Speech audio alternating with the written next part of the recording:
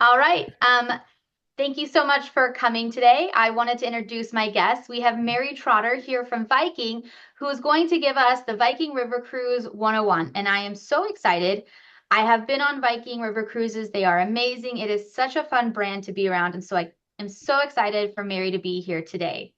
Hi, Mary. How are you? Okay, good. I'm excited to be with you today. Yeah, so I thought we could just get started. Why don't you just give an overview? Viking is definitely one of the river cruise companies that is really good at advertisement. But why don't you just do like a quick overview of the brand and what it stands for? Sure, absolutely. Viking's been in business for 27 years. People know us as kind of the river cruise line, right? We do tons of advertising. Interestingly enough, we started with really just two guys that had two cell phones, and they chartered four ships that were in Russia, and they decided to start this cruise line 27 years ago. And we have grown to just this massive company now. We have about 80 ships just on the European rivers, lots of product outside of river as well. But we're focusing on that river today.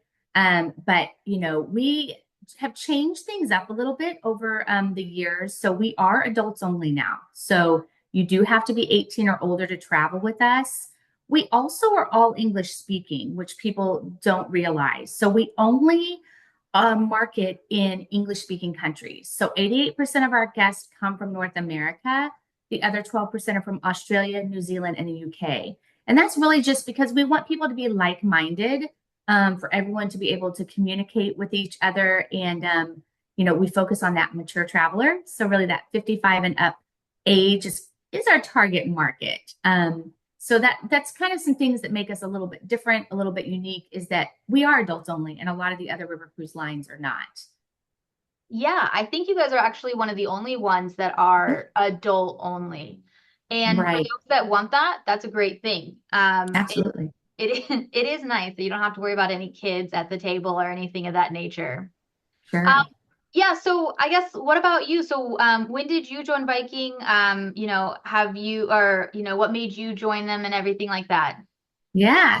I've been with Viking almost 3 years now. It's just such a great company to work for. There's so many opportunities, so many places to go and see. And I just love that we have so much product, and we, can see the world with Viking, and it gives me the opportunity to just share that with so many people. There's so many things to see and do with us, and it's just a great company to work for. A great culture, very family oriented. So it was kind of a no-brainer to come over to Viking. Definitely. I mean, with 80 ships just in Europe, that's just so many places and so many like flexibilities with your schedule. If you want to leave on a Tuesday, you can leave anywhere on a Tuesday, it sounds like. Right. Yeah. And it's funny. I actually kind of joke about when I was going through the interview process. One question I should have asked is exactly how many ships are there, and do I have to know all of the names? Oh, Um, the because names the are 80 ships, unique. I I had know. no idea there were that many ships. I mean, I knew there were a lot, but I didn't know that many until I actually started. And they're all named after Nordic gods because, of course, we come from that. Our chairman is Norwegian. So all of the names of our river ships are named after Norwegian gods. And you have no idea how to say those names. No. Um, and I'm always almost a little embarrassed when I first get on a ship because I'm like, oh gosh, I should really know how to say this name. But then I find out oftentimes when I'm on the ships, I'm with other people from my sales team, and we get on board and we're like, we all start saying this name, and the crew quickly corrects us and tells us we're saying it wrong. So it's not just me. Yeah. We all say it wrong, but we learned the first day how to say the name correctly. But yeah, it's everything's named after Nordic gods, lots of ships. So lots to choose from. I mean, I guess the best part is, you could be on the Idon and the Freya, but it's the same ship because they're all identical. So once you've done one, Right. the inside, you know it back to front. So you might have the wrong name, but you'll still have the right ship. Absolutely. Absolutely. So what do you think is just like a standout experience that comes with going on a Viking River cruise? Yeah, I mean, the one thing that's nice is we've been doing this on European rivers for 27 years. We have so many ships, we've kind of just got this down. And one thing that we do is our included tour. We have one included tour at every port of call. And that included tour, it is the same for everyone. It is one set tour. It gives you a good overview. And I actually watched a video about a year ago of a gentleman that had been on a couple of Viking cruises. And the first one he went on, he goes, "Oh, we all have this one set tour." When he went on his second cruise, he's like, "I get it now because you're all coming back from that tour and you're having the same tour and you're bringing back your experience from the same tour." Right. So everyone is doing that same thing, seeing all the same things, but then they can come back with their take on it from their guide, which is, a unique perspective to be able to do that. We've got so many partnerships throughout Europe going to places. We have a lot of tours that we call privileged access, where we can go into places that others can't go into. Like we go behind the scenes with the Vienna Boys Choir, and that's something that other cruise lines can't do. So, being as large as we are able to get some unique experiences that others might not have. Definitely. I think, well, I did I did the Rhine River for Easter this Mhm. year. And one of the things is our tour guide actually snuck us in to the Cologne Cathedral during Mass. And so it's something Nice. that it wasn't even the like premiere experience because that was doing the Kinderjack and the windmills, but it was just something that unique that our guide is like, you guys are here and let us just have this amazing experience. And it was absolutely beautiful and That's just great. one Yeah, of those one in a lifetime sort of things. absolutely. Absolutely. So what do you think are like the bucket list destinations, and you can include ocean if you want on this one, for Viking, because there's so many things and so many places that you guys just absolutely touch as your like bucket list destinations for Viking. Yeah, I mean, our most popular itinerary is the Rhine Getaway, the one that you did. And that's where people start. And it is if you've never seen castles, like that is the one to go on to see the castles. You have the most intact castles because a lot of castles in Europe were ruined during World War II. But there are a lot that are really intact on the Rhine, whereas like when you go on the Danube, there's more ruins of castles. So if that's something you've always wanted to see, that's an incredible experience. Actually, my favorite place that I've ever been is on the Rhine Getaway. Oh, Um, it was at Strasbourg, France. Loved okay. Strasbourg, France. The clock that is in the cathedral there is incredible. You have to see it to understand. And there is a tour that is not an included tour, it's an optional tour, but it's called the Flavors of Alsace. And it is just like this exclusive tour. They only take like 10 or 12 people on it. And it's all day long. And you're just going from one little shop to another and trying like different foods, trying wines, learning how to make tarte flambe. You're really immersing yourself in the culture. And that's the thing I love so much about many of our tours is you really are getting that immersive experience. So that's a great place. A lot of people, that's not necessarily, maybe a lot of people do that one, but that's one, if you've got one thing to do, that's the one I would definitely do. I think our Capitals of Eastern Europe tour, that is an incredible one that a lot of people really, really enjoy. It's on a lot of people's list of things to do. I would say up there, number one that's on people's bucket list is Antarctica, because we do have It's on my expedition list tours too. that take you to Antarctica. That one I have not done yet. It's I'm not sure if it's on my list. I live in Florida. So I don't really love the cold, but it is that once a lifetime experience. So it's something, you have to do. So definitely, you want to take a look at that one. And another one, just one other one that people, talk about that's outside a river is, and I was just talking to someone just a few minutes ago about In Search of the Northern Lights. I I was mean, the gonna Northern say Lights, that is one of those ones that I heard about and I yeah. also want to do through Viking. It looks amazing. Yes. And it's, the Northern Lights, it's so active this year. So that's one that people are really trying to get booked over this, this next year to do that. Um, I would, there is one that's on a lot of people's list, but I'm going to be honest, it sold out like within hours when it came out. There is a total eclipse in 2027 on the Yeah. Nile. Oh, So we on do the have a Nile, you're total thinking, eclipse. I was thinking you Yeah. were talking about 2026, but 2027 No, Nile. 2027, we had six itineraries that were doing total eclipse of the Nile. Every once in a while, someone will cancel and space will open. But by 2027, we will have 10 ships on the Nile. So Wow. we did open, several departure dates because it was that we had 10 ships, or I think there were seven going right along that time period. So they opened, they were gone. Like it came out on a Sunday, it was gone within hours. But I know every once in a while people are watching it. Like, did someone, they like call every day, did someone cancel? Yeah. That's an incredible one, definitely. The amount of people who are obsessed with the solar eclipses, I did not realize until I had a client. I booked them to be on a plane during this last eclipse. So we had them like flying the same solar Oh, eclipse route. So they got on in Dallas and went to Columbus, and it was literally like they flew just to do that tour or oh, that wow. that trip. And I just didn't realize and it's so interesting what people find interesting, right? We all have Yeah, things that we look forward to in travel, and I love being able to support them in that. But it's absolutely. something, but yeah, I have a couple of people who are looking at the solar eclipse for 26, but I'll turn them on to 27 now because I feel like that would be fun in Egypt. Yeah, definitely. Yeah. So what would you think? So like if you could describe a typical like guest on your cruise, what kind of feedback do you getting from like what is the typical client experience for that like Viking River cruise? Yeah, it's small ship cruising. So if Yeah. you've never done river cruising, it's very, very different.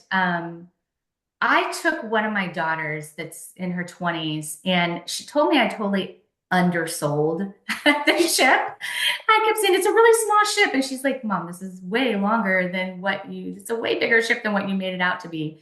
But it's a different experience than ocean cruising. And if you've done lots of ocean cruising, then you move into river cruising, it's very different. It's a long, narrow ship. It's about being in the destination. I often say when you see commercials about Viking, you don't see a lot of pictures of the ship. You see a lot of pictures of a destination because that's our focus. And so, the ship is like your floating hotel to get you from one point to the next. So you're starting off your day every morning.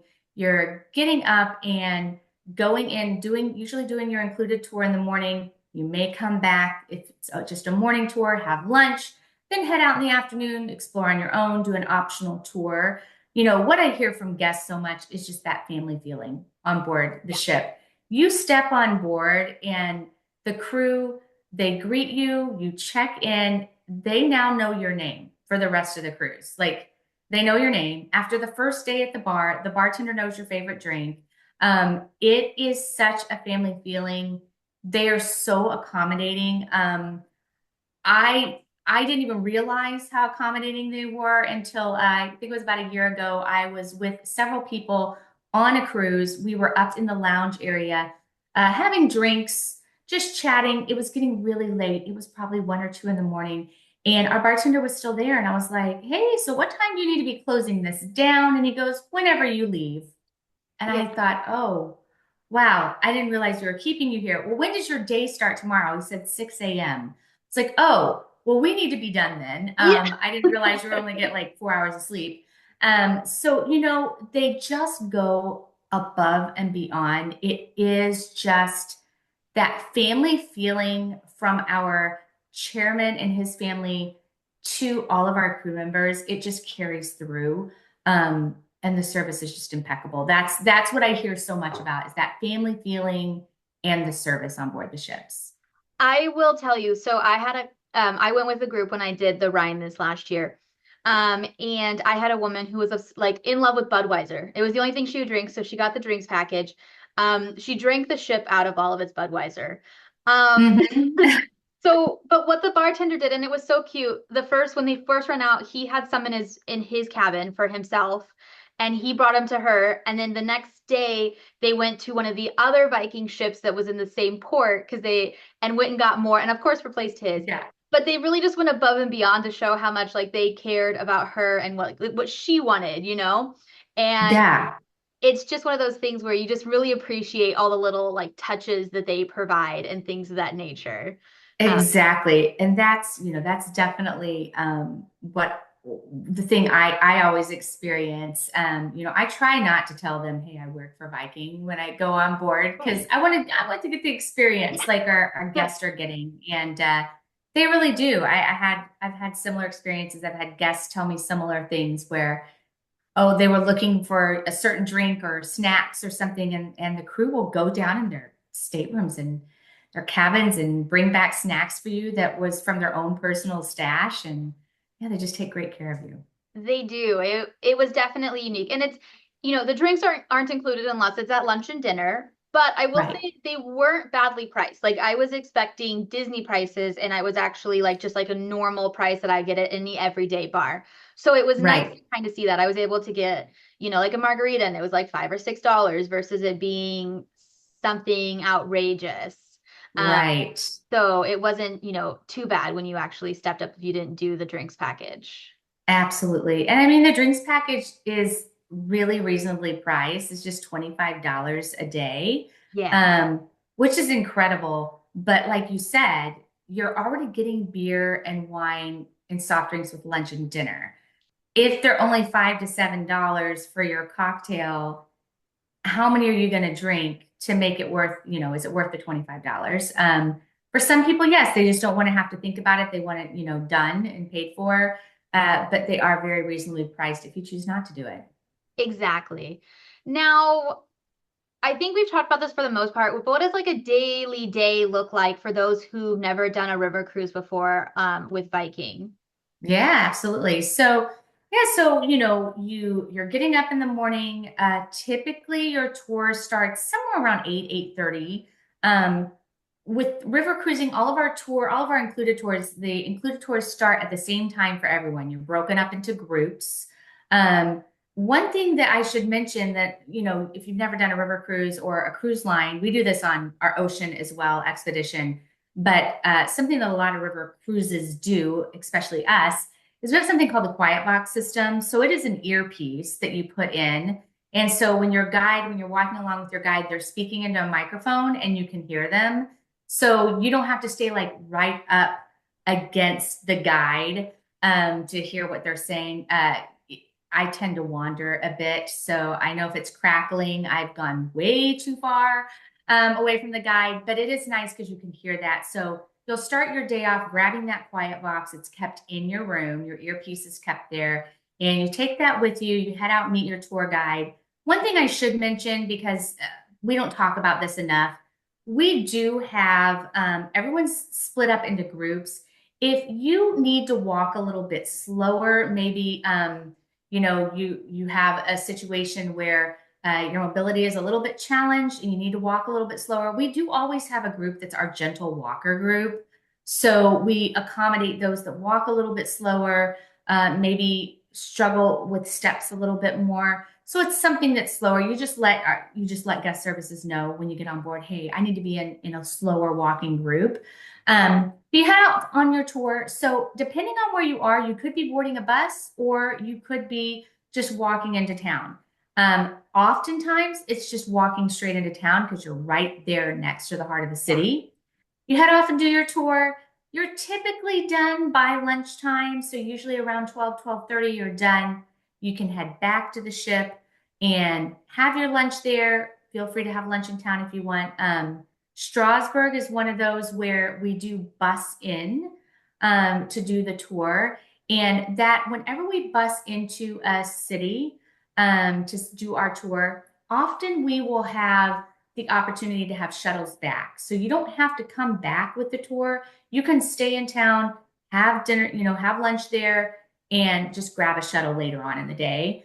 But if you head back, you can head back, have, lunch there on board. And then in the afternoon, you can go explore on your own if you would like. You can take a nap if you would like.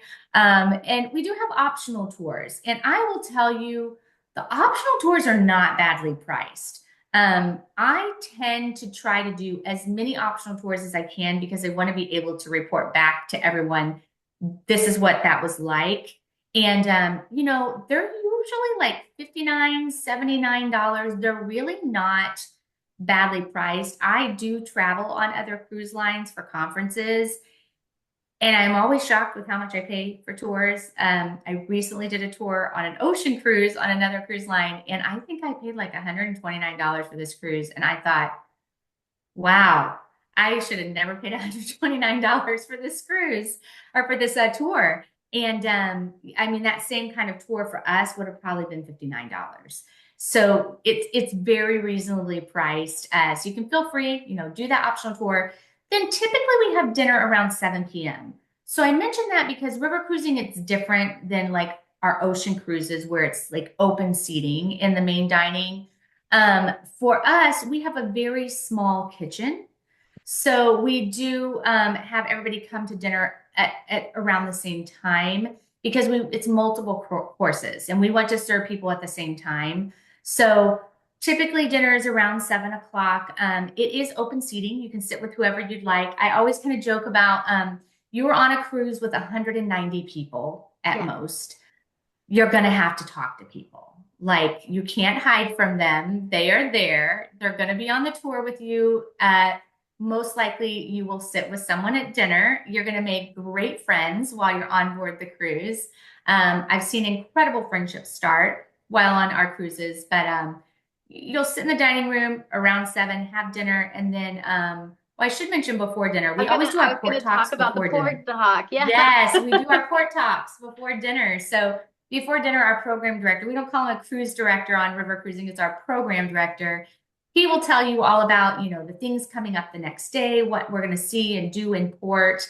The chef will come out and talk about his recommendations for dinner. You can grab a drink if you'd like during that time. So it's just kind of this cocktail type hour at 6 p.m.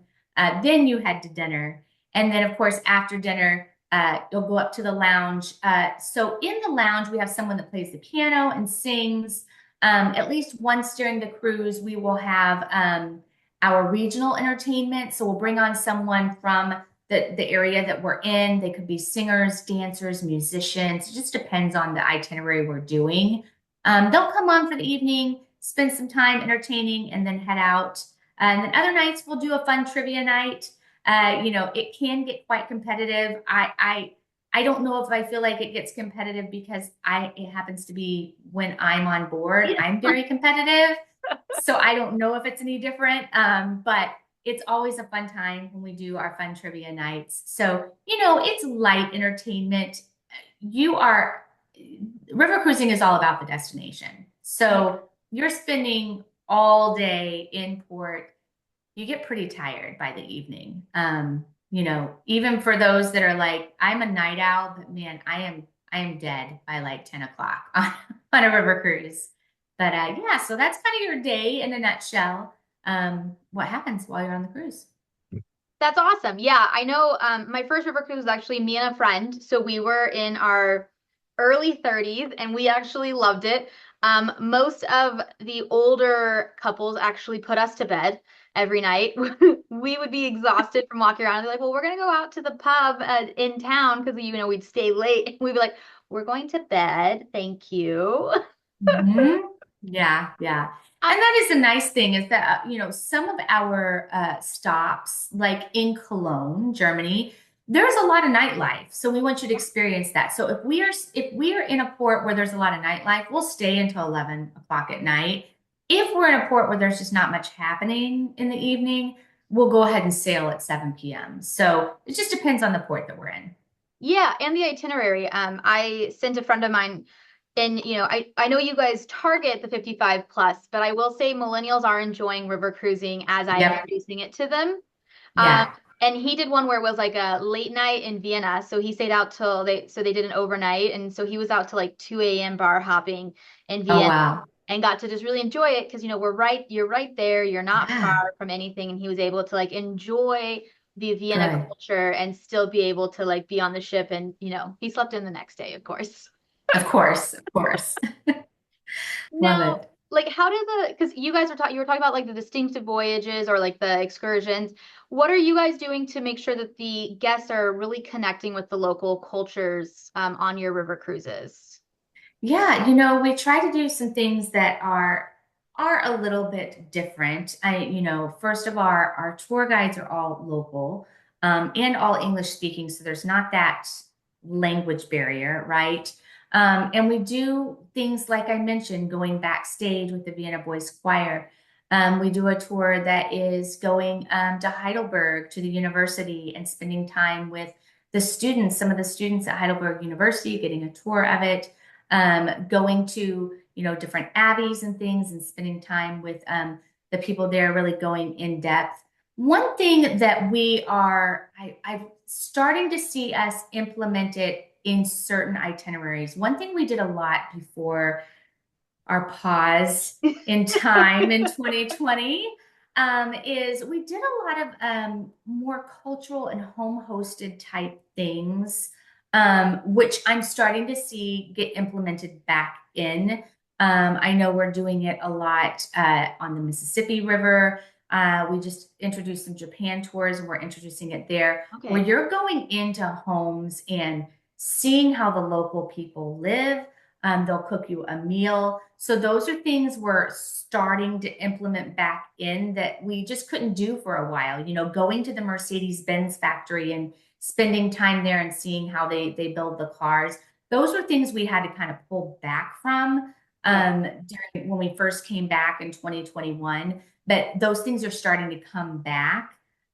So you're really getting those behind the scenes types of tours that you wouldn't see with other cruise lines. Definitely. I did I kind of used the upper Mississippi and I did a little like podcast about everywhere that it went and some fun facts and I was looking through all the excursions and you did have a lot of which I'm from the valley and so I have a lot of farming background and there was so many like fun farm visits for like Iowa, Wisconsin, being able to see the different types and that like Uh-huh. homestay there. And so I thought that was really Right. cool.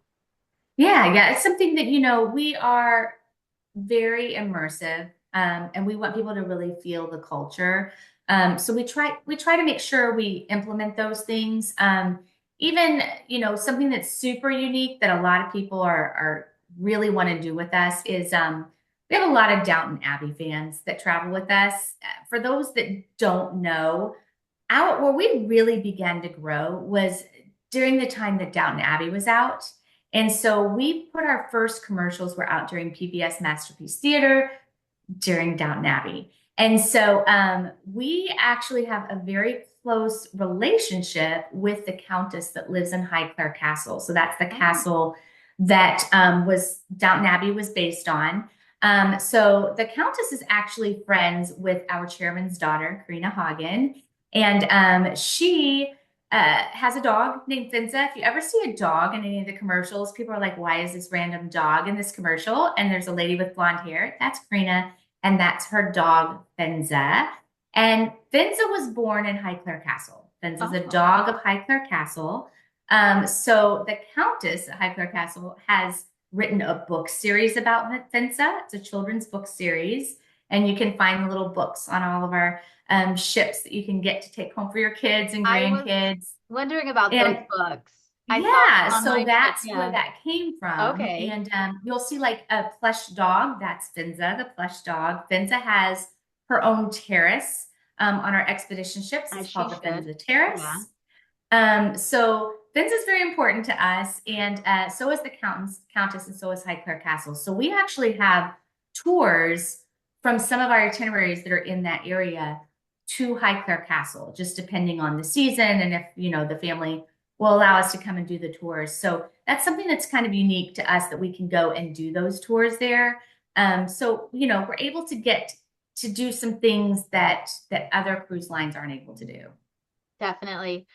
No judgment. I named my travel agency after my dog. The poodle booked it. So, I love it.